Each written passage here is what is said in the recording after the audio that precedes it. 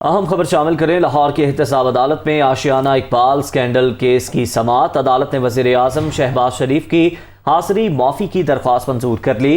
Police चौकी आशियाना इकबाल की बहाली का रिकॉर्ड पेश न होने पर अदालत का इजहार बरहमी। आइंदा समाअत पर CCPO को केस का रिकॉर्ड पेश करने का हुक्म दे दिया। लाहौर की एहतसाब अदालत में आशियाना इकबाल स्कैंडल केस की समाअत। अदालत ने वज़ीर आज़म शहबाज शरीफ की हाज़िरी मुआफ़ी की दरख्वास्त मंजूर कर ली। इसी हवाले से तफसीलात जानेंगे दुनिया न्यूज़ के नुमाइंदे मोहम्मद अशफाक से। जी बताइएगा।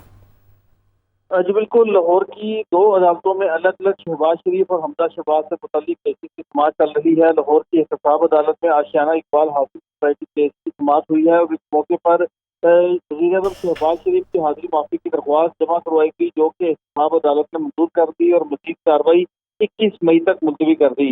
एहतसाब अदालत के जज ने पुलिस चौकी आशियाना इकबाल की बहाली का रिकॉर्ड पेश न करने पर बरहमी का इजहार किया और CCPO लाहौर को नोटिस जारी कर दिया और आइंदा समाअत पर CCPO को केस का रिकॉर्ड पेश करने के अहकाम जारी कर दिए।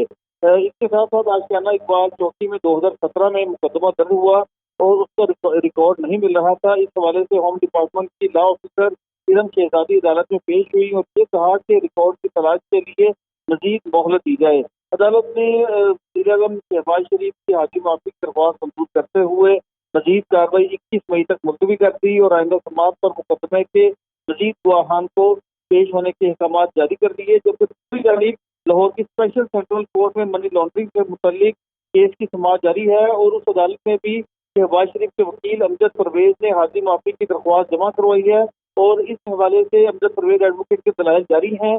कुछ ही देर बाद अदालत आज की समाअत से मुतल्लिक हुक्म जारी करेगी। जी बहुत शुक्रिया मोहम्मद अशफाक, आपने अपडेट किया।